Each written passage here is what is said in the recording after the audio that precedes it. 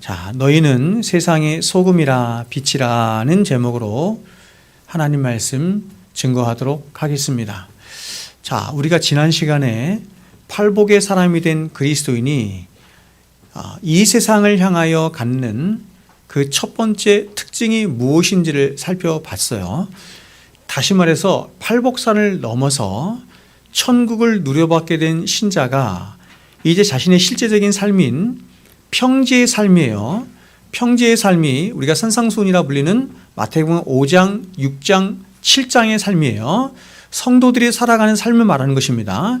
평지의 삶으로 내려오자 세상으로부터 겪게 되는 가장 첫 번째 삶의 현실이 무엇인가라고 할 때 그것이 정말 놀랍게도 우리들의 기대와는 전혀 달리 고난이고 박해였다, 이렇게 말씀을 드렸습니다.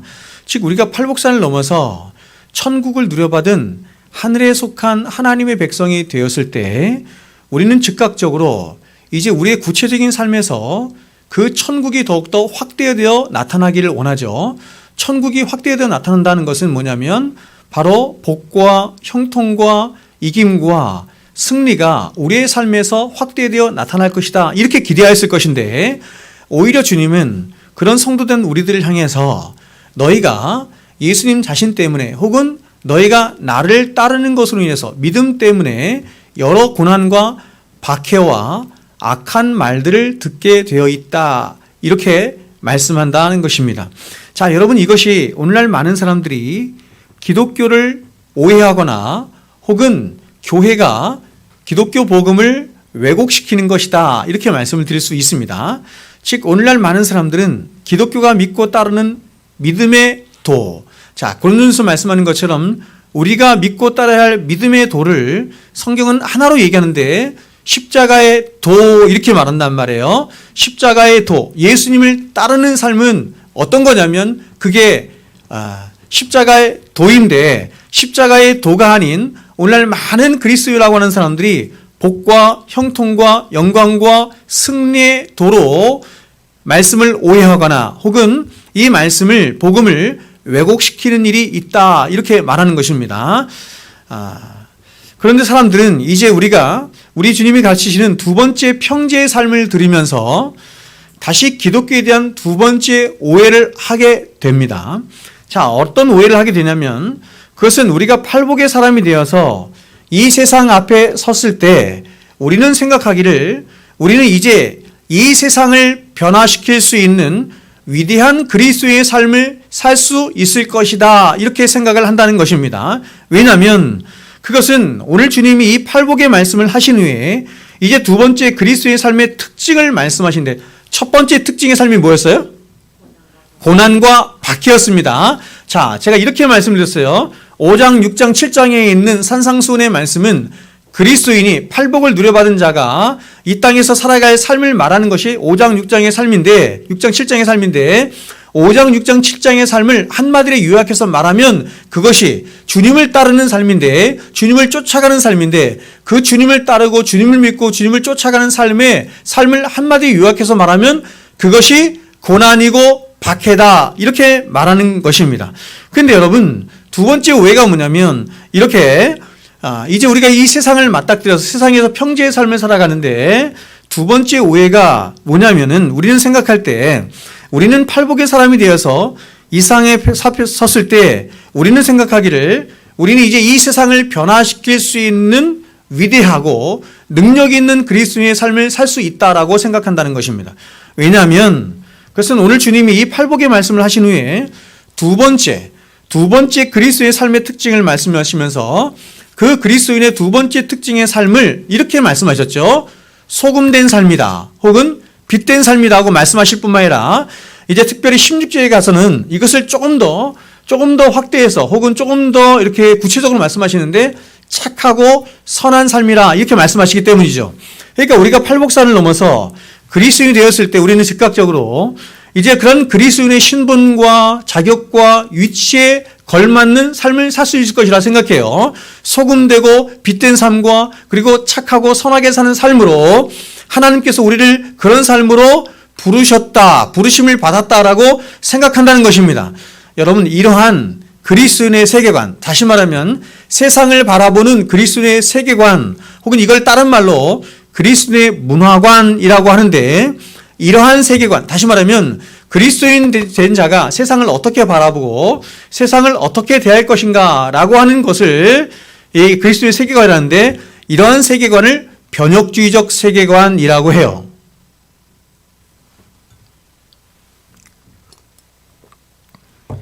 이러한 변혁주의적인 세계관을 오늘날 복음주의권 안에 있는 거의 90% 이상 대부분의 그리스도인은 이 변혁주의적인 세계관을 가지고 있는데, 변혁주의적인 세계관의 핵심은 바로 이것이 앞에서 말씀드린 것처럼 뭐냐면, 그리스도인이 되었으면 이제 그리스도인은 세상에 나가서 소금되고 빛된 삶을 살아감을 통해서 세상을 착하고 좋은 세상으로 변화시키는 사명을 부여받은 자다, 이렇게 말한다는 거예요. 여러분, 저는 이러한 변혁주의적인 세계관을 아주 얼토당토한 것이다 라고 생각하거나 혹은 이것은 틀렸다라고 부정하는 것은 절대로 아닙니다. 그리고 이러한 생각이 어떤 면에서는 정말 귀한 생각이다라고까지 생각이 돼요. 왜냐하면 성도는 이 어둡고 부패한 세상에 소금되고 빛된 삶으로 살아가는 것은 너무나 마땅하고 또 굉장히 귀한 삶이죠. 귀한 삶일 뿐만 아니라 또한 그러한 삶을 살도록 일정 부르심을 받은 것은 너무나 분명한 사실이기 때문에 그렇습니다.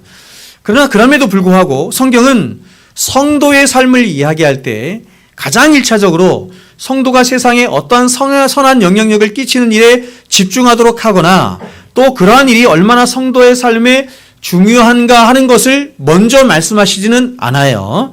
오늘 본문을 오늘날 많은 사람들이 그렇게 알고 있잖아요. 그래서 대부분 사람들이 그렇게 기도를 할 때 이렇게 기도하잖아요. 하나님, 우리가 세상에 나가서 빛이 되게 하시고 소금이 되는 삶을 살게 하여 주십시오. 이렇게 대부분 장로님들이나 이렇게 대표 기도를 하시는 분들이 그렇게 기도를 하잖아요. 제가 이렇게 청사에 나가서 대부분 이제 그쵸? 요 공무원들이 대표 기도를 할 때 보면 대표 기도를 대부분 그렇게 하거든요. 직장 선교회를 통해서 우리가 빛이 되고 소금이 되는 삶을 살게 해주십시오. 이렇게 기도를 한다는 말이에요. 그러나 여러분, 오늘 주님이 말씀하시는 너희는 세상에 빛이고 소금이다라고 하는 말씀은 절대로 그러한 말씀이 아니라는 걸 아셔야 합니다. 왜냐하면 만일 그렇다고 한다면 주님은 우리들에게 너희는 세상의 빛처럼 살아야 한다, 혹은 너희는 세상의 소금처럼 살아야 한다, 이렇게 말씀하셨을 것인데, 주님은 그렇게 말씀하시지 않고 이렇게 단정적으로 말씀하셨어요. 너희는 세상의 소금이다, 빛이다, 이렇게 말씀하셨단 말이에요.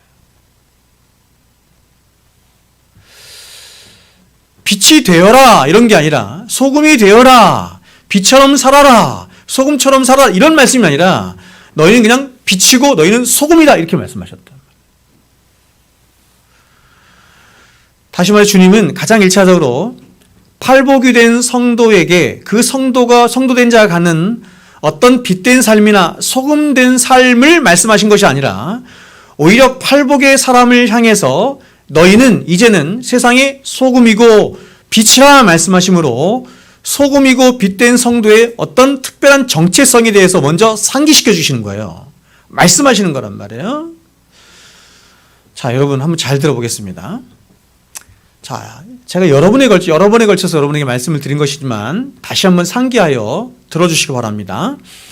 저와 여러분은 창세 전에, 그렇죠? 창세 전에 이미 그리스도 예수 안에서 하나님의 백성이 된 자들입니다. 맞죠? 자, 지금 제가 논리적으로 여러분에게 말씀을 드리는 거예요.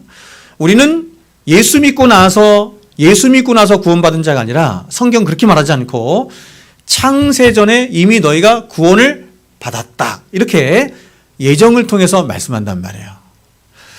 그런데 하나님은 이런 우리를 하나님이 창조하신 시간과 공간과 물질로 점철된 바로 당신이 창조하신 이 세상에 어떤 목적을 가지시고 잠시 세상에 보내셨어요.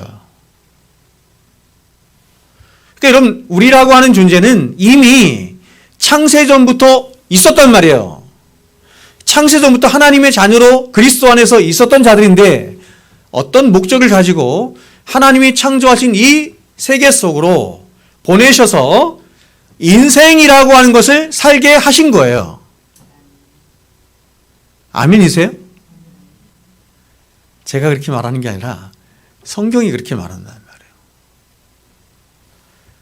그 목적이 뭐냐면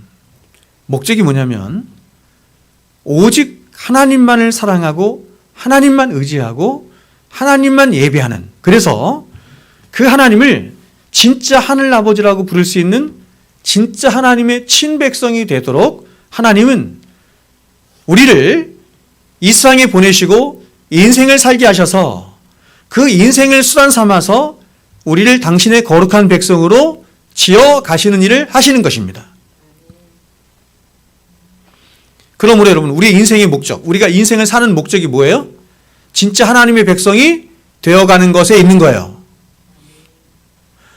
진짜 하나님의 백성이 되어간다는 것은 하나님만 진짜 참 하나님이시지, 하나님이 나의 전부이시지, 나는 하나님만 의지해, 나는 하나님만 사랑해,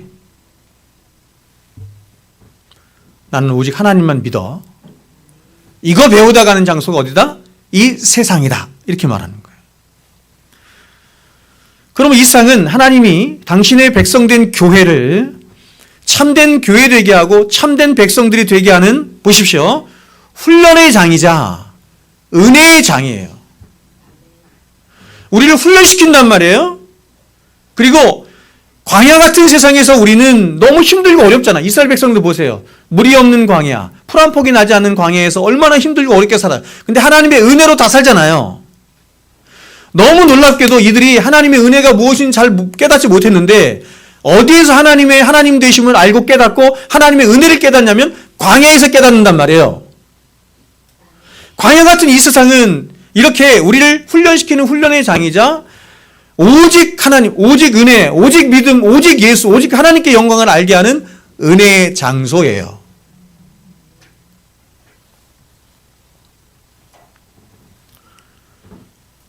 이런 하나님의 목적이 다 성취가 되면 세상은 불태워 없어진다라고 성경은 말씀해요. 그때를 성경이 종말 이렇게 말해요. 종말. 여러분, 종말이 있을까요? 제가 일부 때는 막 빠르게 설교를 했어요. 종말이 있을까요?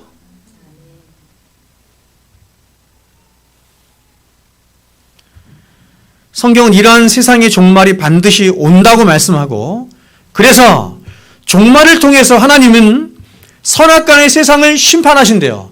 선악간의 세상을 심판하신대요. 우리가 요한계시로 본 것처럼 일곱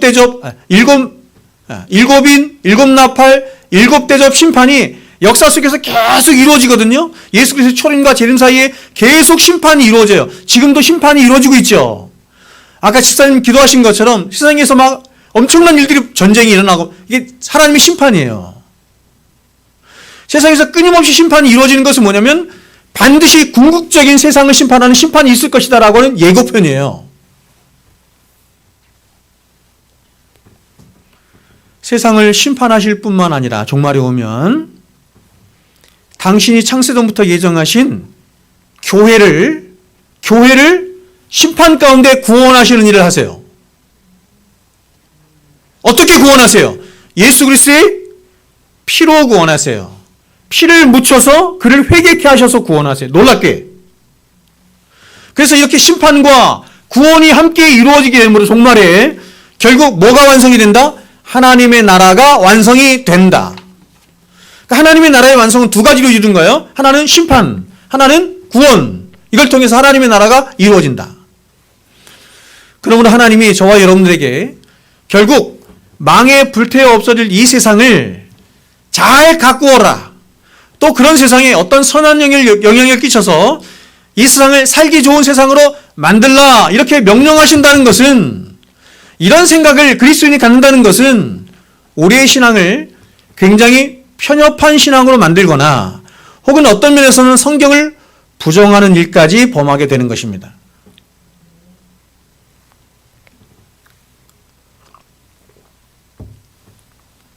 오히려 하나님은 이 세상의 모든 것들을 수단 삼아요. 우리의 인생을 살게 하세요. 그 인생이라고 하는 것을, 희노애락이 담긴 인생을 수단 삼아서 교회된 저와 여러분을 당신의 거룩한 백성으로, 그리고 거룩한 신부로 빚어가시는 일을 하시는 거예요. 거룩한이라는 것은 뭐냐면 세상으로부터 구별된, 이런 뜻이죠. 세상은 하나님을 존경하지 않아요. 공경하지 않아요. 사랑하지 않아요. 그분을 믿지 않아요. 인생 속에서 우리는 그거 배우는 거예요. 하나님은 참 하나님이시지. 근데 그렇게 하나님이 당신의 백성들을 거룩한 백성들로 빚어가시는데, 우리의 인생 속에서 사용하시는 가장 중요한 핵심적인 수단이 뭐냐면 그게 고난이라는 것입니다.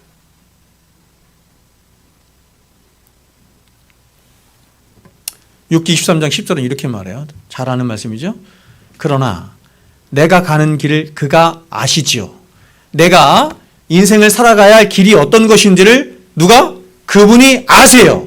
예지네요. 그분이 아시나니, 그가 아시기 때문에 이렇게 하세요. 그가 나를 단련하신 후에는, 훈련시킨 후에는, 거룩한 백성으로 빚어가신 후에는 내가 어떻게 나와요? 순금같이 나와요. 순금같이. 그렇죠? 여러분, 순금이 되려면 재련을 많이 하면 할수록 99.99%의 순도의 순금이 나오잖아요. 그래서 한 번 우리가 고난을 받으면 안 되고, 인생 속에서 희노애락이 담긴 인생 속에서 끊임없이 고난이라고 하는 풀무 속에서 우리를 연단시켜 하나님 백성 거룩한 신부가 되게 하신다.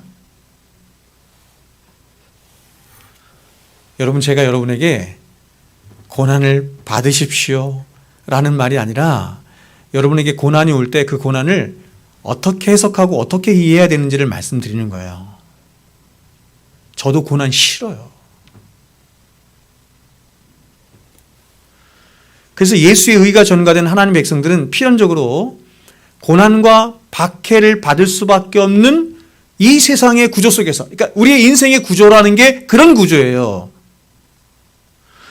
그런 삶을 살게 되는 것이고, 그래서 그러한 구조 속에서 하나님은 교회된 저와 여러분을 당신의 거룩한 신부로 빚어가시는 일을 하신다. 여러분, 한번 생각해 보세요. 만일 교회와 성도들 향한 하나님의 가장 큰 목적이 바로 세상을 변화시켜서 더 살기 좋은 세상, 더 산하고 좋은 세상으로 변화시키는 것에 있다고 한다면, 왜 하나님이 주관해 가시는 이 세상과 이 세상의 역사, 하나님이 세상의 주관자시라며요. 그러면 그런 하나님이 주관해 가시는 이 세상과 이 세상의 역사는 왜 수천 년이라고 하는 역사가 흐르는 동안, 시간이 흐르는 동안 오히려 그런 하나님의 목적과는 정반대로 흘러온 것입니까?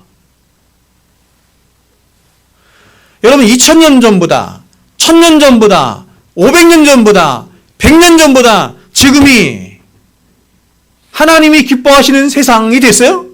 선한 세상이 되었어요? 좋은 세상이 되었어요? 아니잖아요. 오히려 반대됐잖아요.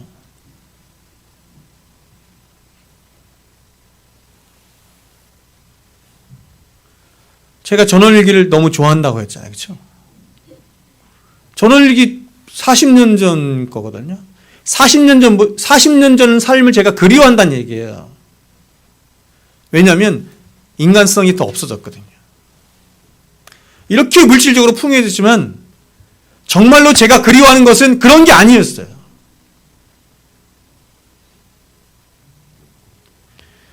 만일 그렇다고 한다면 이 세상의 역사는 하나님이 계속 실패한 역사가 아니고 무엇이겠습니까? 하나님이 역사 속에서 실패하셨어요? 당신의 뜻을 못 이루셨어요? 아니잖아요.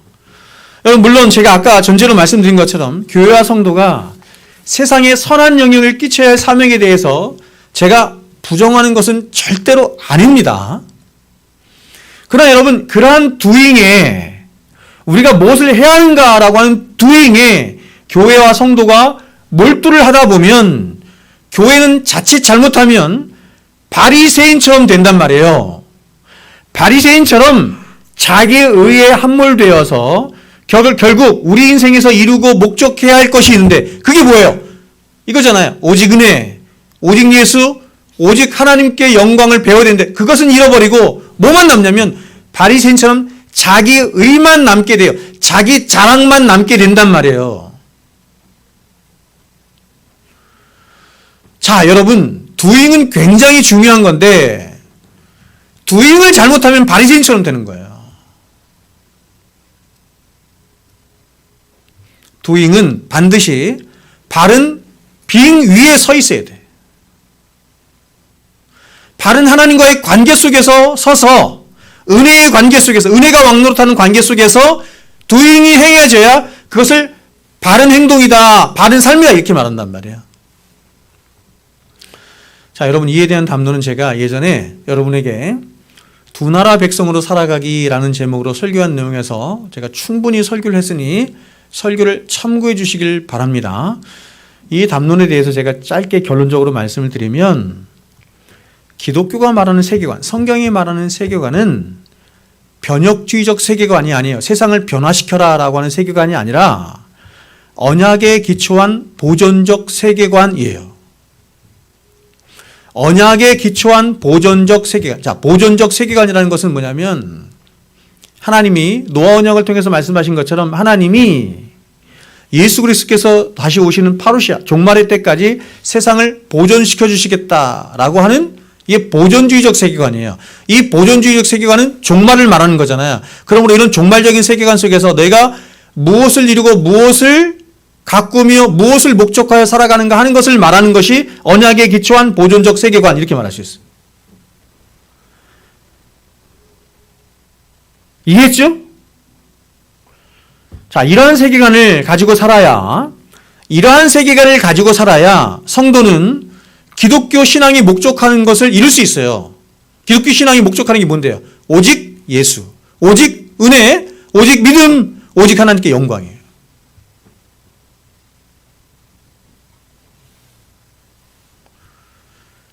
그럼 이 문제는 차후에 다시 기회가 될 때 다시 다루기로 하고 오늘 주님이 말씀하신 세상의 소금, 빛에 대해서 제가 말씀을 드리도록 하겠습니다. 세상의 소금이요 빛이요라고 하는 것에 대해서 오해되거나 왜곡된 것에 대해서 전제로 말씀을 드린 거고 이제 본격적으로 제가 말씀을 드려볼게요. 주님은 팔복을 소유한 교회와 성도들 향해서 팔복을 소유한 천국을 소유한 구원을 받은 성도들 향해서 너희는 세상의 소금이고 빛이래요. 여러분 여기서 우리는 이 말씀에서 가장 먼저 우리는 뭘 알게 되냐면 예수님이 가지신 우리가 살아가는 이 세상에 대해서 예수님이 가신 세상에 대한 전제를 봐요. 그래서 우리가 사는 이 세상은 썩고 부패하며 어두움으로 가득한 세상이다라는 것입니다. 그래서 이 세상은 썩고 어둡고 부패한 세상이기 때문에 그래서 이 세상은 그 타락함과 부패함과 어두움이 돼서 끊임없이 이 세상의 주인 대신 하나님을 떠나고 하나님을 대적하고 하나님을 멸시하기 때문에 그래서 그로 인해서 이 세상은 하나님의 심판과 진노 아래 놓이게 되었다는 것이 성경의 입장이에요. 그렇다면 여러분 이 세상은 왜 이렇게 되었습니까? 성경은 그것이 바로 인간의 불순종으로 말미암은 죄 때문이다 이렇게 말을 해요. 성경은 하나님이 세상을 완전하게 창조하셨대요. 에덴 동산, 그렇죠? 에덴이 영어로 말하면 Garden of Joy예요. 기쁨이 충만한 곳이에요. 하나님이 완전하게 창조하셨지만 인간의 불순종과 인간의 타락으로 말미암아 죄가 세상에 들어왔고 에덴에 침투해 들어왔고 이 죄가 온 인류와 세상을 오염시키고 타락시켜 버렸다 이렇게 말하죠.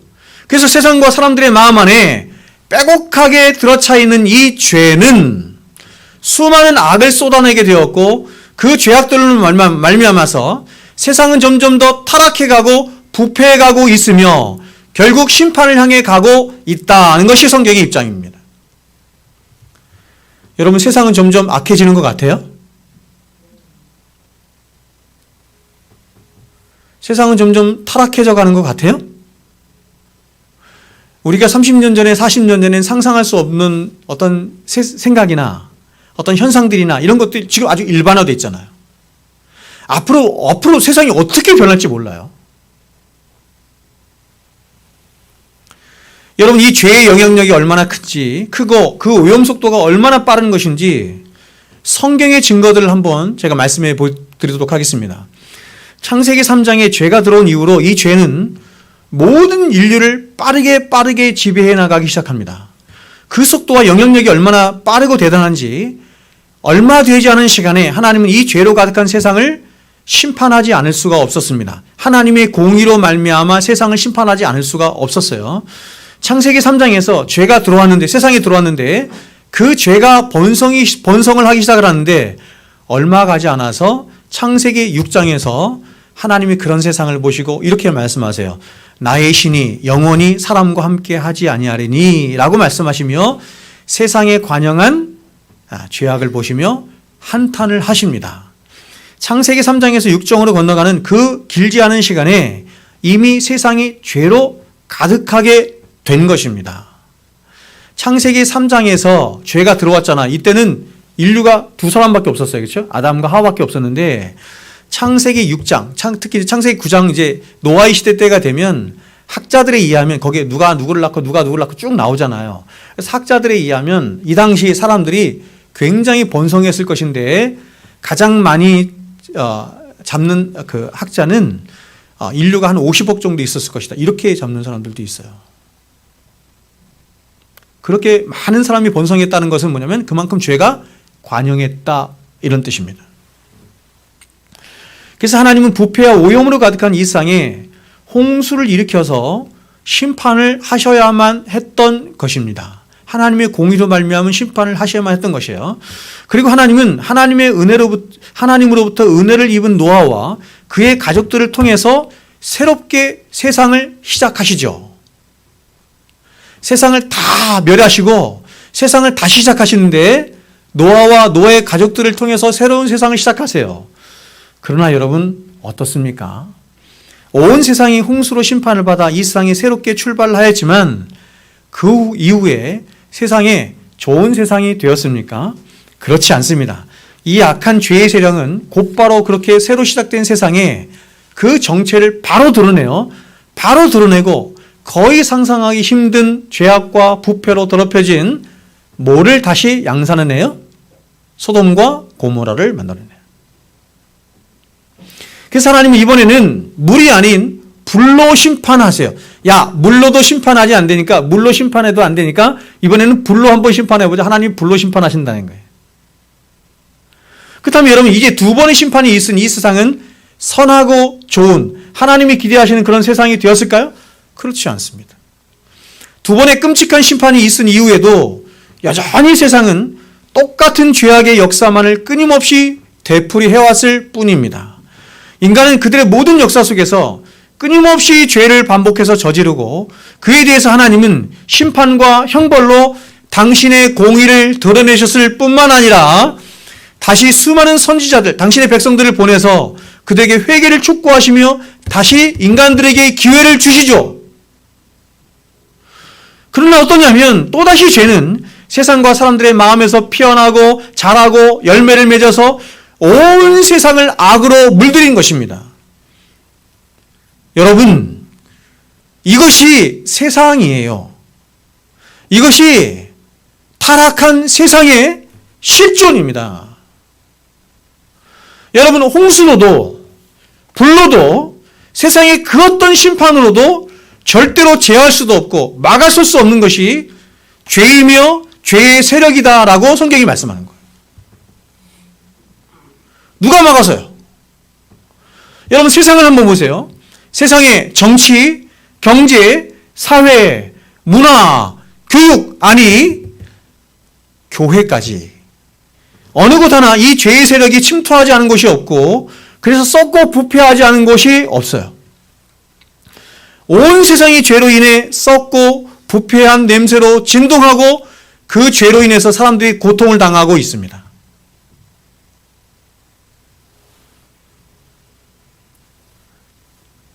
그래서 이 썩은 세상을 고쳐보겠다고 사람들이 들고 일어선 거예요. 이 썩은 세상의 근본적인 문제는 사람 자신의 문제거든요. 사람 자신 안에 있는 죄의 문제인데 이것을 간과하고 사람들이 세상을 고쳐보겠다고 일어났습니다. 국가들이 일어났고 유엔과 안보리와 같은 수많은 국제기구들, NGO들, 정치가들, 경제 전문가들, 교육 전문가들, 종교 지도자들, 철학가들, 이념가들, 세상에 수많은 전문가 집단들이 일어났습니다. 우리가 혹은 내가 좋은 세상을 만들어 보리라 생각한 거죠. 그리고 그들은 서로 간에 협약을 체결하고 법과 질서와 신념을 만들고 또 온갖 전문 지식들을 발전시켜 나갔습니다. 그러나 여러분, 인간의 모든 역사 속에 과연 이러한 기관이나 집단이나 세력들이 과연 이 부패하고 썩은 세상을 궁극적으로 고치고 치유한 적이 단 한 번이라도 있었습니까? 그들로 인해서 과연 이 세상이 정말 살기 좋은 세상, 하나님이 기뻐하시는 선한 세상이 된 적이 한 번이라도 있었습니까? 절대로 그렇지 않죠. 근데 정말 아이러니한 것은 여전히 사람들은 이런 것들을 의지해요. 이런 것들을 의지하며 이런 것들에 대한 무한한 신뢰를 가지고 있다는 것입니다. 그래서 사람들은 생각하고 기대하기를 초강대국인 미국이나 유엔이나 안보리와 같은 국제기구들이 썩고 부패한 이 세상을 고칠 수 있을 것이다 라고 생각을 하는 것입니다. 또 민주주의나 공산주의 같은 어떤 신념체계나 이데올로기와 같은 것들이 그렇게 세상을 좋은 세상으로 바꿀 수 있다고 생각하는 것이며, 더 나아가서 고도로 발달된 과학, 의학, 유전공학과 같은 여러 기계적인 지식들, 이걸 기계적인 지식이라고 그랬어요. 기계적인 지식들이 좋은 세상을 만들 것이다 이렇게 생각을 하는 것입니다. 그런데 여러분 어떻습니까? 인간의 이러한 모든 역사는 창세기 4장에서 보여주는 것처럼 인간의 이런 모든 역사는 이러한 모든 생각이 잘못되었으며 실패한 생각일 뿐이었다는 것을 스스로 증명한 역사일 뿐이었습니다. 인간들이 수천 년 동안 좋은 세상을 만들기 위해서 도모했지만 세상은 인간들이 원하는 좋은 세상이 오지 않고 오히려 더 악한 세상으로 변질되어 가고 있는 거예요. 인류는 자신들 스스로의 힘으로 무엇인가 세상을 고치고 새롭게 할 수 있으며 더 나아가서 세상을 살기 좋은 세상으로 만들 수 있을 것처럼 그렇게 늘 떠들며 주장해 왔지만, 그러나 그러한 그들의 모든 시도들은 늘 수많은 한계들을 드러냈고 늘 실패를 해왔다는 것입니다.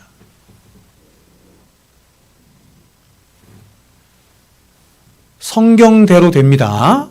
세상은 성경대로 돼요. 제가 여러분 지난번에 사중적 분열에 대해서 여러분에게 설교를 하려다가 못했지만, 세상에 이렇게 많이 전쟁이 일어나는 이유가 점점 더 이제 전쟁도 많아질 것인데, 마태복음 24장에서 말씀하죠. 전쟁과 기근과 이런 것들이 점점 더 많아진다고 해요. 그리고 실제적으로 역사의 통계를 보면 점점 더 많아지고 있습니다. 40년, 50년 전보다 기근이나 가뭄이나 이런 홍수나 이런 것들이 지금 몇 배 이상 증가했습니다. 훨씬 더 많이 증가하고 있고 전쟁 횟수도 더 많이 증가하고 있어요.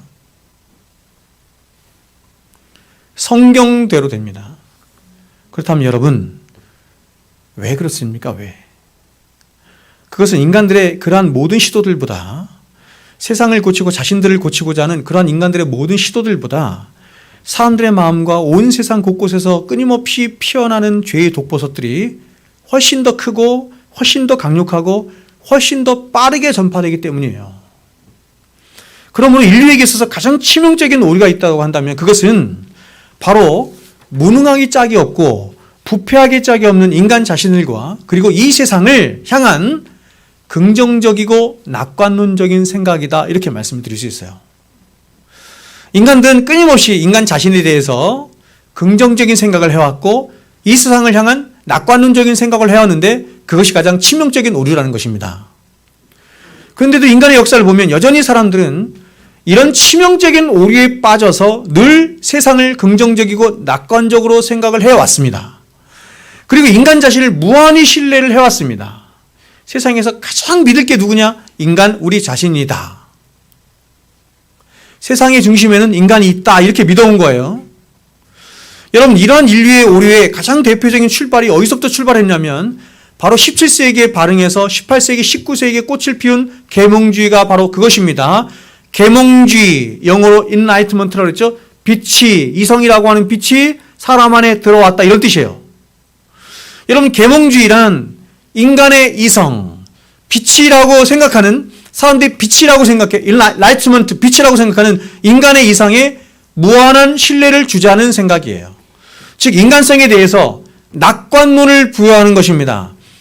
사람이 인간성이라는 것이 있는데 그 인간성은 좋은 것이야, 선한 것이야 라고 낙관론을 부여한다는 거예요. 그게 계몽주의예요. 인간의 이성을 통해서 절대 진리라고 하는 것을 산출해낼 수 있다는 것입니다.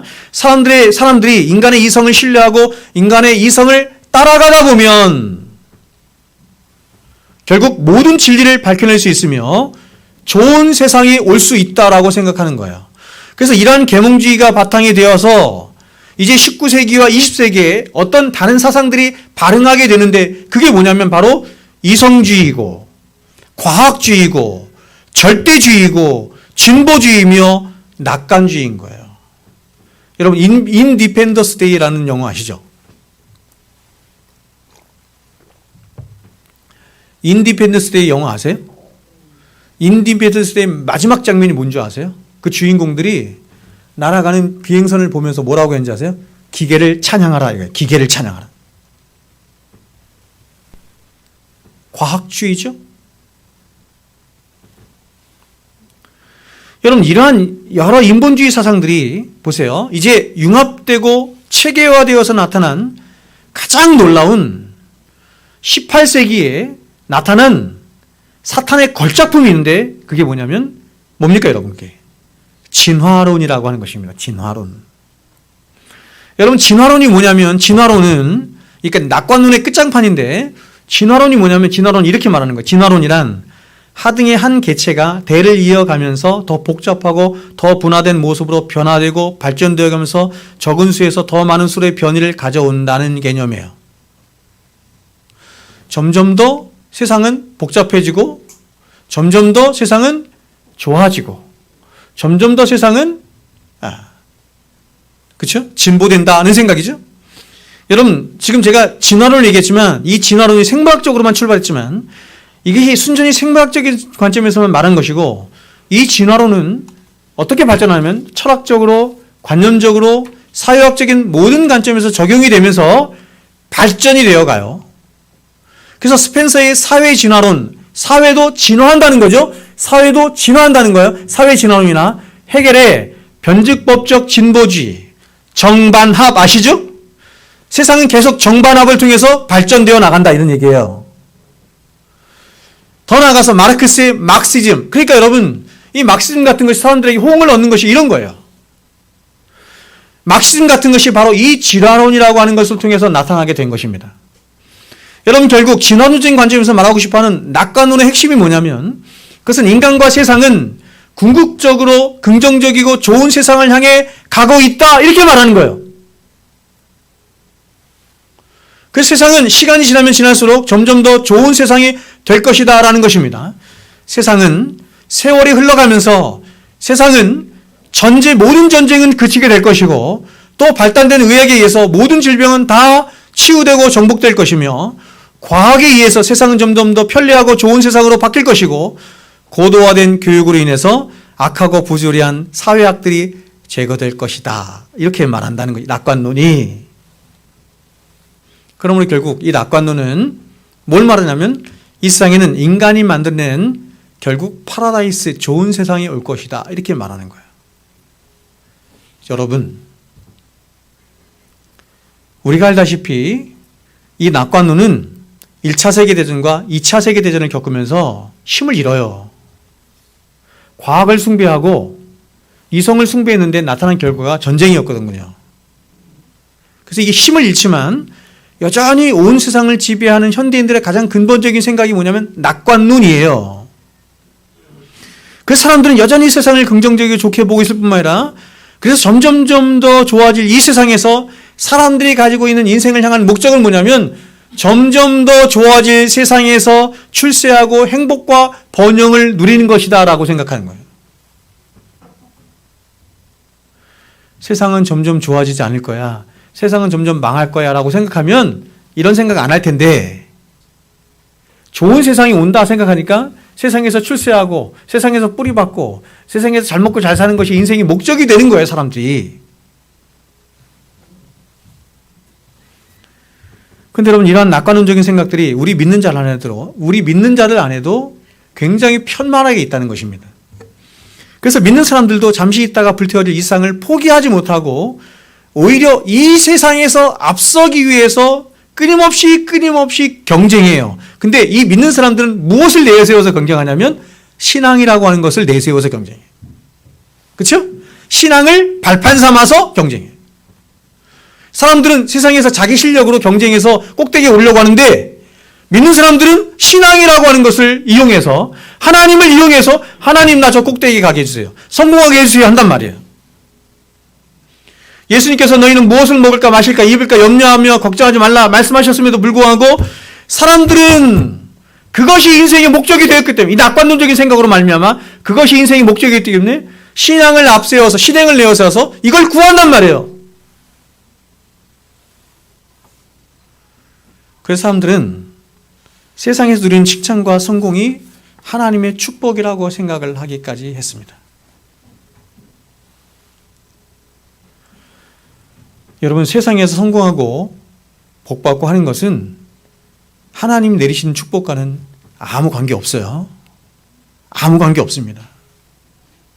그럼 가난이 저주냐? 성경이 가난을 저주라고 말하지 않아요.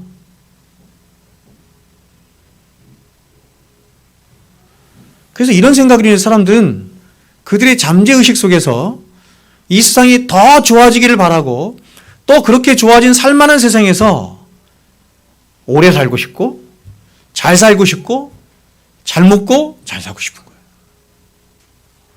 그래서 이렇게 세상에 뿌리박고 싶고 세상에 성공하고 싶은 성도들에게 교회는 죄를 이야기하고 회개를 이야기하며 심판에 대해서 이야기를 하면 이런 낙관론적인 생각을 가진 사람들이 이 성도들이 싫어하기 때문에 대신에 낙관론적인 생각을 가진 사람들에게 그런 낙관론적인 밝은 주제들을 이야기하는 거예요. 위로와 평안과 성공과 희망과 축복 등을 이야기하는 것입니다. 하나님의 참 선지자였던 예레미야는 야, 하나님이 이미 이 예루살렘을 멸망하기로 하나님이 정하셨어. 너희들은 빨리 피해. 이렇게 말 전했는데도 사람들은 듣지 않아요. 거짓된 선지자들이 나타나서 뭐라고 말했어요? 평안하다, 절대로 멸망하잖아.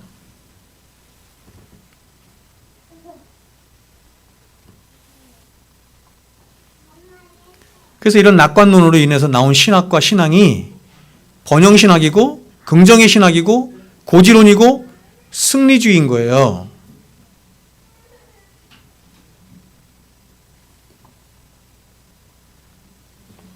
특별히 여러분, 저는 이 낙관론이 심리학이라고 하는 이름으로 우리 안에 얼마나 교묘하게 들어와 있는지 통탄하지 않을 수가 없습니다. 여러분, 심리학은 우리에게 무엇을 말하냐면 심리학은 우리 안에 무한한 신뢰와 긍정을 심어주고 싶어 합니다. 여러분, 심리학 들어보셨어요? 저는 대학교 1학년 때 심리학을 들었는데 교양과 암으로 심리학을 들었는데 너무 재밌게 들었어요. 저한테 딱 맞더라고. 제가 기말고사를 보지 않고도 B학점을 맞았어요.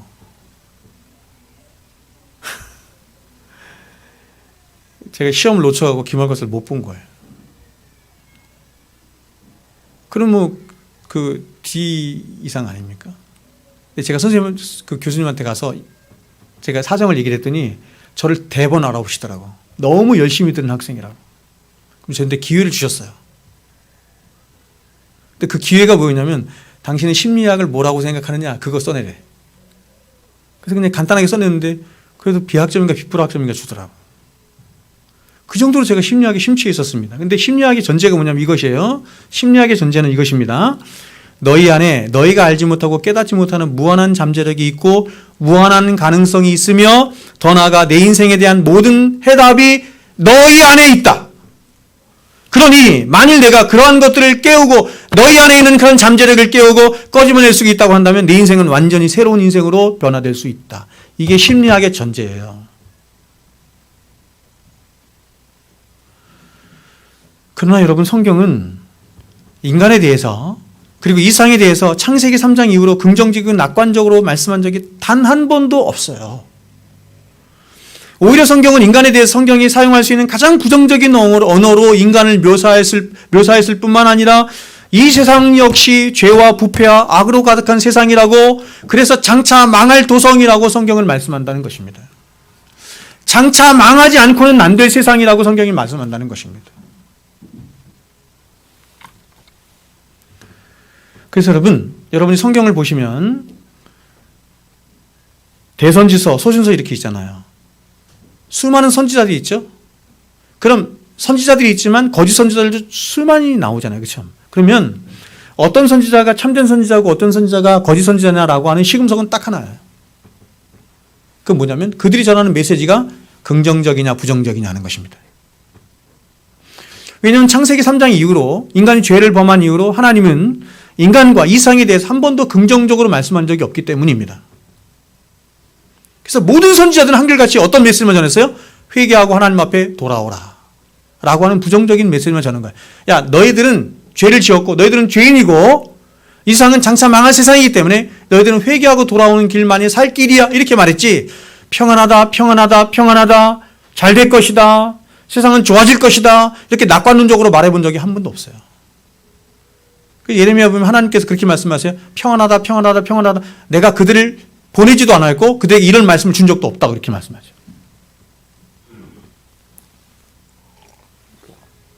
그래서 하나님은 이러한 세상이 급격하게 타락하여 멸망하는 것을 방지하도록 하기 위해서 하나님이 세상에 주신 게 있어요. 만일 하나님이 이것을 주시지 한다면 세상은 급격히 멸망했을 것입니다. 그래서 급격히 멸망하여 타락하지 않도록 하나님이 최초에 행하신 일이 뭐냐면, 그것이 바벨탑 사건에 나오죠. 뭐였어요? 언어를 혼잡게 한 것이에요. 언어를 혼잡게 해서 사람들이 언어가 하나 되면 이런 죄악된 인간들이 하나로 뭉쳐서 하나님을 대적할 것이기 때문에, 그래서 급격하게 멸망할 것이기 때문에 하나님이 언어를 혼잡게 하신 것이고, 두 번째 더 궁극적인 게 뭐냐면 하나님이 일반은총이라고 하는 것을 주신 것입니다. 바로 법과 질서와 윤리와 도덕, 그리고 인간 안에 주신 양심이라고 하는 일반은총을 하나님이 주셔서 세상이 급격히 멸망하지 않도록 하나님이 조치를 취하신 것이에요. 그러나 여러분, 우리가 알아야 할 것은 이러한 일반은총이 이 세상의 죄와 부패를 억제하는데 그래서 이 세상이 급격히 멸망하지 않도록 하는 데는 어느 정도는 기능을 해요. 법이 막잖아요. 윤리와 도덕이라고 하는 것이 막잖아요. 양심이라고 하는 것이 어느 정도 기여를 하잖아요. 그러나 적극적으로 죄와 부패를 죽이고 방지하는 데는 한계를 가질 수밖에 없습니다. 그렇다면 여러분, 이런 인간에게는 어떤 소망도 없는 것입니까? 성경은 이렇게 말합니다. 그렇다, 이렇게 말합니다. 인간 자신 안에는 인간 자신을 고치고 치유하고 구원할 수 있는 그 어떤 근거도 없다. 살아서나 죽어서나 하나님 앞에서 어찌할 수 없는 죄인이고 그 죄로 말미암아서 심판과 형벌을 받을 수밖에 없는, 살아서나 죽어서나 어찌할 수 없는 존재가 인간이다, 이렇게 성경은 말씀합니다. 이 땅에 있는 모든 종교들은 그런 어찌할 수 없는 인간들이 진리에 도달하고자, 스스로 도달하고자 만든 거예요. 스스로 구원하고자 만든 게 종교예요. 기독교는 그렇지 않죠? 너희들은 할 수 없어. 너희들은 무능해. 너희들은 부패해. 내가 갈게. 그게 기독교예요. 그래서 주님은 바로 이런 세상에 보십시오. 당신의 피로 값주고 사신 교회와 성도들을 두시고 그들을 향해서 이 세상의 죄와 부패와 어두움을 이길 수 있는, 보세요, 빛이라 소금이라 말씀하셨다는 것입니다.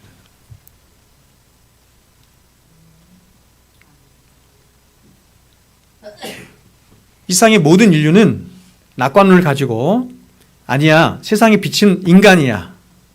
세상의 빛은 인간의 이성 안에 있어.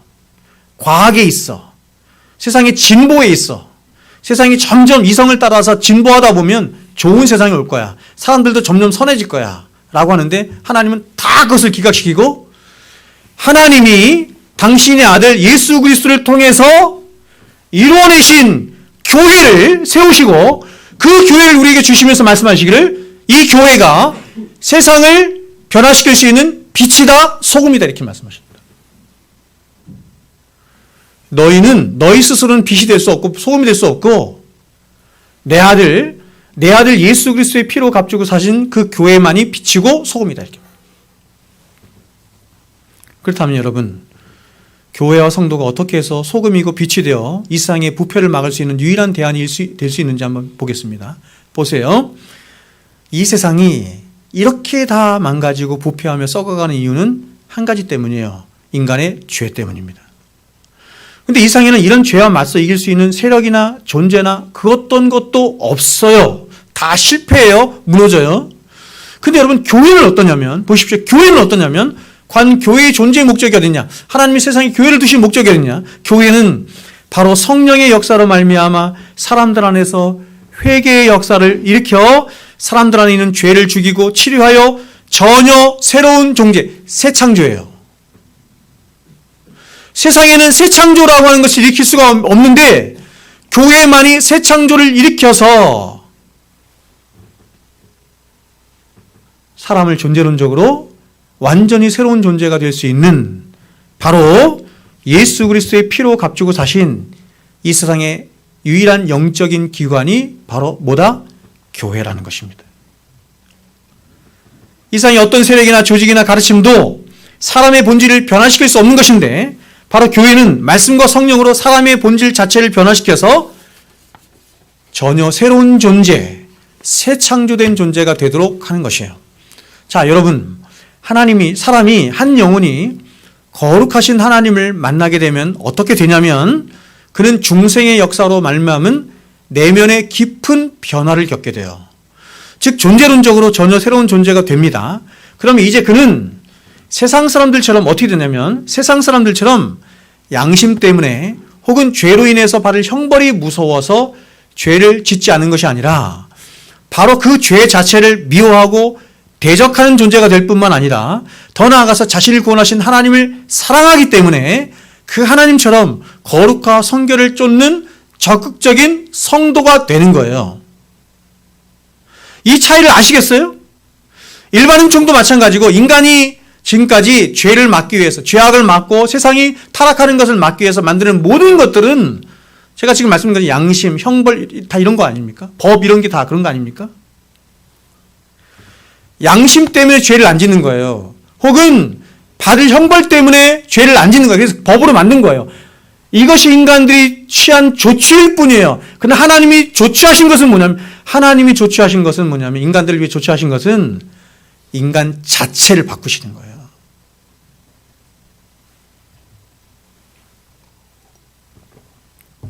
예수를 만나기 전 인간은 그의 존재 자체가 늘 죄를 향해 서 있어서 죄를 좋아하고 죄를 사랑하고 죄를 짓는 것을 거의 숙명처럼 여기며 사는 존재였는데 그런데 하나님을 만나 근본적인 내면의 변화를 경험하게 되면서 이제는 오히려 그 죄를 미워하고 죄를 대적하며 죄를 거스르고자 할 뿐만 아니라 더 적극적으로 전혀 새로운 거룩한 본성인 거룩과 성결을 따라 살아가고자 하는 팔복의 사람이 되어 살아가게 되는 거예요. 뿐만 아니라 성도는 더 적극적으로 어둡고 죄 많은 이 세상에 참된 진리의 빛을 비출 수 있는 가장 긍정적인 삶을 살 수 있게 되는 것입니다. 여러분, 이게 성경이 말하는 긍정이에요. 근거도 없는 낙관론을 가지고 나 잘 될 거야, 나 성공할 거야, 그런 것을 성경이 말하는 긍정이라고 말하지 않아요. 여러분, 조금 전에도 말씀드린 것처럼 18세기 계몽주의 시대가 돌아오면서 이 세상은 실질적으로 얼마나 많은 진보와 발전을 이루었는지 모릅니다. 과학과 의학과 천문학과 생물학 등 모든 학문 분야에서 사람들의 이 지각이 열리면서 수많은 지식의 홍수를 일구어냈습니다. 그러나 여러분, 이러한 엄청난 지식의 양과 지식의 진보에도 불구하고 보세요. 인간들이 지닌 가장 큰 비극이 뭔지 아세요? 이렇게 지식의 홍수를 발전된 세상을 살아가면서도 사람들이 가지고 있는 가장 본질적인 한계가 뭔지 아세요? 그게 뭐냐면 사람들은 여전히 빛보다 어두움을 더 사랑한다는 것이에요. 이 본질이 변하지 않는다는 것이에요. 잘 보세요. 그 사람들은 그 많은 엄청난 지식을 가지고 있으면서도 어떻게 그 지식들을 바르게 사용하여 참된 삶에 이르게 할 수 있는지를 모르는 거예요. 이 세상은 우리가 상상할 수 없는 엄청난 지식의 홍수를 이루었지만, 그러나 그들이 이루어낸 거의 대부분의 지식이라고 하는 것들은 여전히 참되고 바른 삶을 추구하는 지식이 아니라 어떤 지식이에요? 대부분 기계적이고 생물학적이고 쾌락과 즐거움만을 위한 지식들인 경우가 대부분이잖아요.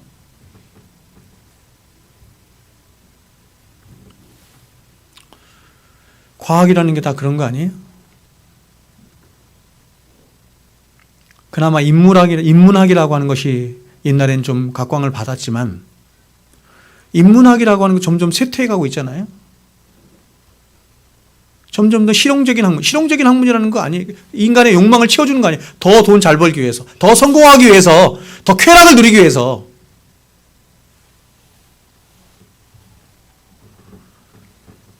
사람이 어떻게 하면 참되게 사는가, 어떻게 하면 바르게 사는가, 어떻게 하면 구원에 이를 수 있는가 하는 이 지식은 세상에 없는 거예요. 사람들이 추구하고 사람들이 발전하기를 원하는 지식은 다 그런 거예요. 그래서 사람들은 그렇게 많은 지식의 홍수를 누리고 있으면서도 참된 지식이 그들 안에 없으므로 그들은 여전히 불행하고 여전히 두려워하고 여전히 심령의 안식을 누리지 못하고 평안을 누리지 못하는 이유가 여기 있는 거예요. 여전히 고통하고 어두움 속에 비참한 인생을 살아가는 거예요.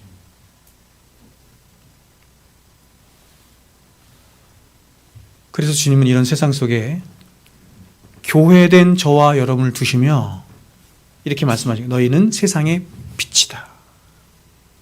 너희는 세상의 빛이다.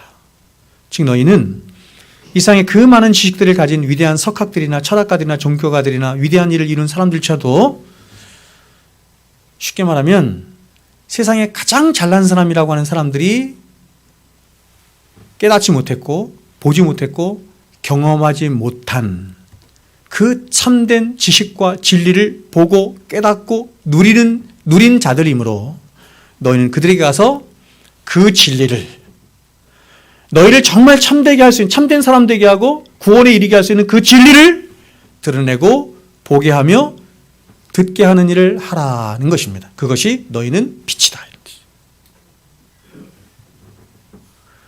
그래서 여러분, 예수 그리스도를 아는 지식을 사도가 빌립보서에서 뭐라고 얘기했어요? 가장 고상한 지식이다. 이렇게 말해요. 가장 고상한 지식이다. 여러분, 세상에 있는 모든 학문들, 의학, 생물학, 경영학, 건축학 다 좋습니다. 천문학 다 좋습니다. 예술 다 좋습니다. 모든 세상에 그 정말 홍수를 이룬 수많은 지식들을 다 가지고도 한 사람 구원 못해요. 오직 예수를 아는 지식만이 사람을 구원에 이를 뿐만 아니라 오직 예수를 아는 지식만이 사람을 참된 사람 되게 하는 거예요. 예수를 아는 지식은 우리를 구원에 이르게 하는 지식일 뿐만 아니라 더 나아가서 참된 사람이 어떤 것인가. 그래서 이렇게 말했어요. 에베소는 하늘에 있는 것이나 땅에 있는 모든 것이 예수 안에서 통일된다, 회복된다 이렇게 말합니다. 기독교 신앙의 궁극적인 목적은요, 여러분, 저와 여러분을 천국 백성 되게 하는 게 아니에요, 여러분. 그래서 우리 신분의 위치를 말하는 것이고, 더 궁극적인 목적은 뭐냐면 참된 사람이 되게 해서 참된 사람으로 살아가게 하는 거예요. 그것을 뭐가 이룰 수 있냐면 예수를 아는 지식을 통해서만 이룰 수 있는 것이에요. 그래서 예수를 아는 지식을 가장 고상한 지식이다 이렇게 말하는 것이에요. 여러분, 저는 오늘날 그리스도인이라고 하는 사람들이 예수를 믿는다고 하면서도 여전히 이 세상과 사람을 두려워하며 염려와 근심 속에 더 좋은 직장 구하기를 원하고 더 성공하기 원하고 더 잘 되기를 원하는 것은 바로 이 진리의 빛을 선명하게 보지 못했기 때문이라고 믿어요. 여러분, 정말 눈이 열리고 지각이 열려서 이상 그 누구도 보지 못하고 듣지 못하고 경험하지 못한 그 진리,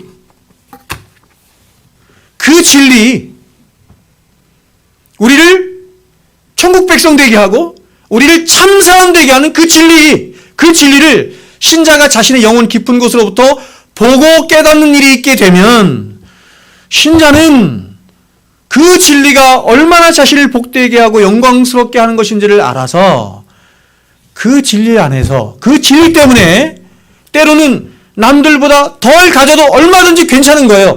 남들보다 덜 출세해도 얼마든지 괜찮은 거예요. 뿐만 아니라 더 나아가서 그 진리를 위해서 살고 싶어하고 그 진리를 위해서 함께 고난에 동참하는 것을 마다하지 않아요.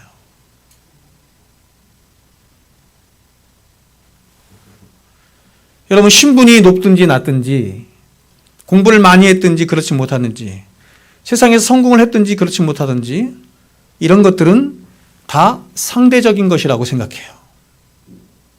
하나님의 일반 은총 안에 있는 것이라고 생각을 해요. 신자는 자신 안에 내면 안에 비추어진 그 참된 진리의 빛을 보면서 세상에서는 볼 수 없는, 세상에서 한 번도 보지 못하고 경험하지 못한 그 진리의 빛을 보면서 야, 어떻게 과연 이러한 진리가 나처럼 이렇게 어리석고 무익하고 자격 없는 자에게, 부패한 자에게 깨달아지며 들려질 수 있는 것인가? 라고 하며 바로 이 진리를 깨닫게 하신, 알게 하신 성삼위 하나님의 은혜에 대한 감격과 감동이 그의 인생을 사로잡을 뿐만 아니라 더 나아가서 그 무수한 지식들을 가지고도 이 세상을 어떻게 살아야 할지 모르고 무엇을 위해 살아야 할지 모르는 세상에 자신 안에 먼저 비추어진 그 진리를 이제는 세상에 증거하고 비추는 자로 살아가기를 소망하는 거예요.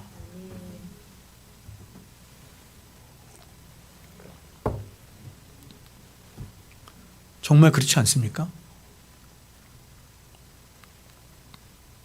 그래서 이 진리를 갖지 못한 사람들을 이렇게 볼 때 한없이 불쌍히 여기는 마음이 있는 거예요. 사람들이 이 땅에서 근심과 염려와 두려움 속에 고통하고 힘들어하고 하는 그 모든 이유는 뭐냐면 그 안에 진리가 없기 때문이에요.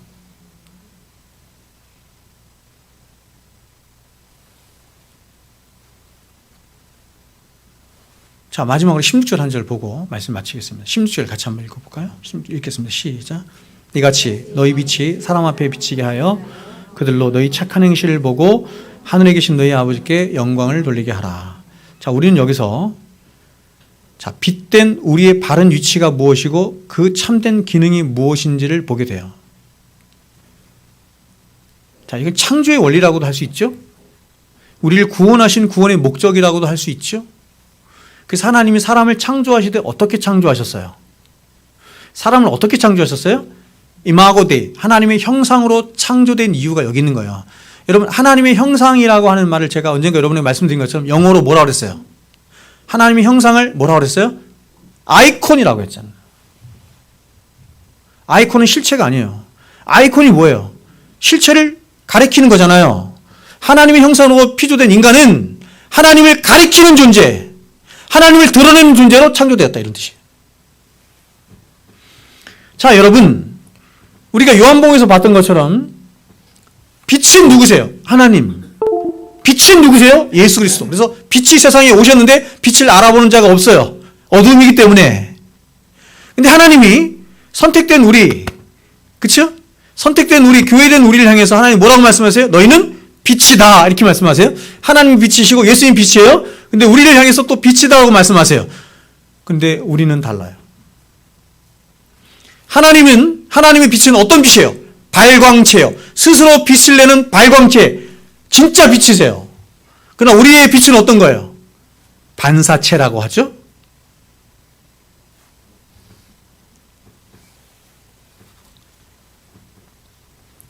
그럼 우리가 절대로 잊지 말아야 할 것은 뭐냐면 우리는 우리 자신을 비추는 빛이 되어서는 안 되고 참 빛을 비추는 발광체로 살아가야 한다는 것입니다. 그래서 우리가 세상에 빛을 비추면 세상 사람들 그 빛을 보고 빛인 우리에게 주목하며 야, 네가 빛이구나. 너 참 선하고 착하구나. 너 너무너무 훌륭하구나. 이렇게 하면 안 되고 그 빛의 근원 대신 하나님을 주목하며 하나님을 보는 일이 있게 되어야 하는 거예요. 이게 기독교예요. 그래서 여러분이 사도행전이나 여러분이 서신서들 읽어보면 주의 제자들이 혹은 주의 백성들이 가장 두려워했던 것이 바로 이것이었어요. 사도행전에 나온 것처럼 베드로와 요한이 성전 미문에 앉아있는 안진뱅이를 고치잖아요. 그렇죠? 금과 은은 우리에게 없지만 내게 있는 것으로 내게 줄게. 예수의 이름으로 일어나 걸어. 이렇게 말했잖아요. 그 의미가 뭔지를 여러분이 아셔야 돼요. 이 일이 있자 수많은 사람들이 어떻게 하게 됐어요? 베드로를 주목하게 됐죠. 야, 이 사람이 어부가 아니냐? 이 사람이 천한 사람이 아니냐? 근데 어찌 이런 일을 행하느냐? 웅성웅성대기 시작했습니다. 그러자 베드로가 뭐라고 얘기해요? 사람들아, 급히 당황하면서 이렇게 말하죠. 사람들아, 어찌 이 일을 기이 여기느냐? 이 일을 행하시는 이는 우리가 아니요 하나님이시다. 이렇게 말합니다. 하나님께 영광을 돌리죠.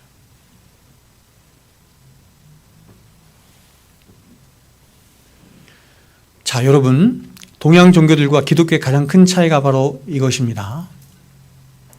아주 훌륭해 보이는 동양 종교들 같아 보이지만 그들은 모두가 다 한결같이 자신에게만 집중하도록 해요. 우리 교회에서 불교에 가장 잘 정통한 분이 한 분 계세요. 그분이 김기환 지사님이에요. 그렇죠? 일부에 나오셨는데 제가 물었어요. 불교는 어디에 집중하는 종교입니까? 이렇게 물었어요. 그러자 나라고 얘기했습니다. 불교는 석가모니나 달마에게 집중하지 않습니다. 불교는 누구에게 집중하냐면 나예요. 불교는 내가 부처가 될 수 있다 이렇게 말하는 종교예요. 내가 부처가 될 수 있다 이렇게 말하는 종교예요. 내가 신이 될 수 있다라고 하는 종교예요. 모든 동양 종교가 신일합일 아니에요? 목표가? 내가 신처럼 되는 거예요. 그러나 여러분 보세요. 우리의 믿음의 모범이 되신, 우리의 인생의 모범이 되신 예수님께서 이 세상에 오셔서 온갖 능력들과 이적들과 선한 일들을 보이셨을 때 사람들은 다 하나같이 우리 주님이 아닌 하나님을 인식하고 예수를 통해서 하나님을 인식하고 하나님께 영광을 돌렸다는 것입니다. 예수님뿐만 아니라 예수님의 제자들 모든 주의 백성들이 다 그랬죠? 하나님께 영광을 돌렸단 말이에요. 여러분, 우리가 입술로 주께서 하셨습니다, 하나님께 영광 돌립니다 라고 해서 그런 것이 아니죠. 그냥 삶으로 사는 것입니다. 삶으로 사는데 세상이 그 삶을 통해서 하나님을 보는 거예요. 빛된 자신을 절대로 감출 수 없어서 빛된 자신을 드러내고 빛된 삶을 살아가는 것뿐인데, 근데 사람들은 놀랍게도 그 빛된 삶을 살아가는 사람에게 주목하지 않고 하나님을 그 사람 안에서 보며 하나님을 영원롭게 하는 일들이 있는 거예요. 그래서 교회가 세상을 섬기는 최고의 섬김이 뭐냐면, 성도들이 세상을 섬기는 최고의 섬김이 뭐예요? 하나님을 나타내는 거예요. 하나님을 증거하는 거예요. 하나님을 보여주는 거예요. 그걸 뭐라고 그래요? 거룩이라고 해요. 그걸 거룩이라고 해요. 세상이 볼 수 없는 것들을 교회 안에서 보게 하는 것을 거룩이라고 해요. 가난한 사람들에게 연탄 갖다 주고 구제하고 이거는 다 하잖아요. 세상 사람들 다 하죠. 그걸 하지 말라는 얘기 아니라 그보다 더 중요한 건 뭐냐면, 세상에는 있지 않은 것, 세상에서는 볼 수 없는 것, 세상에서는 경험할 수 없는 것들을 보고 알고 깨닫고 경험하게 하도록 하는 하나님이 세우신 영적 기관이 교회다 이거예요. 그게 세상을 향한 최고의 섬김이라니까요. 그러니까 여러분, 세상 사람들이 교회를 보면서 이런 인식을 갖도록 해야 돼. 야, 교회는 하나님이 계신 곳이래. 이게 맞아요. 근데 오늘날은 어떻게 되냐면, 세상이나 교회는 뭐가 달라? 별반 다를 게 없지. 야, 저 교회 문 열려 있더라. 가서 다 훔쳐가자. 더 이상 교회를 통해서 하나님을 못 보는 거예요.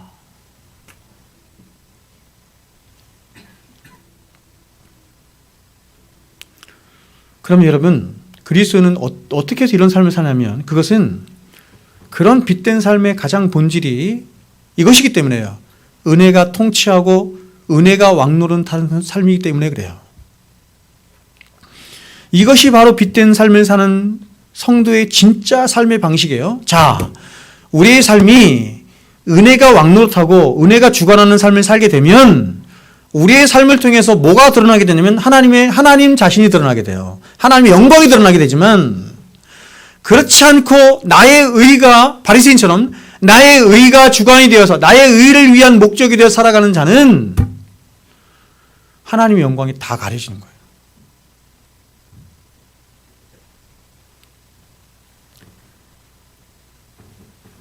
자, 여러분 말씀을 맺겠습니다. 여러분, 하나님의 형상으로 피조된 저와 여러분, 바로 그 창조의 목적대로 오직 하나님 그분만을 드러내며 그분의 영광을 위하여 살아가야 하지 않겠습니까? 아니, 정말 저는 여러분, 저와 여러분이 그렇게 살 수 있으면 얼마나 좋을까 하는 생각을 해요. 안 되잖아요. 너무너무 안 되잖아요. 사람이 회개를 한다는 건 뭐냐면 안 되는 자신 때문에 울고 애통하는 걸 회개라고 그래요.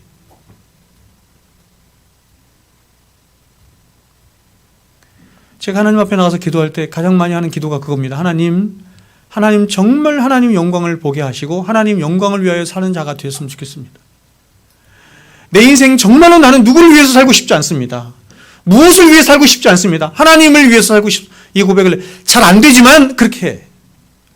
하나님이 세우신 이 사랑샘 교회가 하나님의 영광을 보여주는 교회가 되게 하시고 하나님의 영광을 드러내는 교회가 되게 해주십시오. 하나님, 이곳에 있는 하나님의 백성들이 하나님의 영광을 보고 하나님의 영광을 드러내고 나타내는 그런 백성들 되게 해주십시오. 왜요? 그게 최고의 복이거든. 최고의 복이거든요, 그게.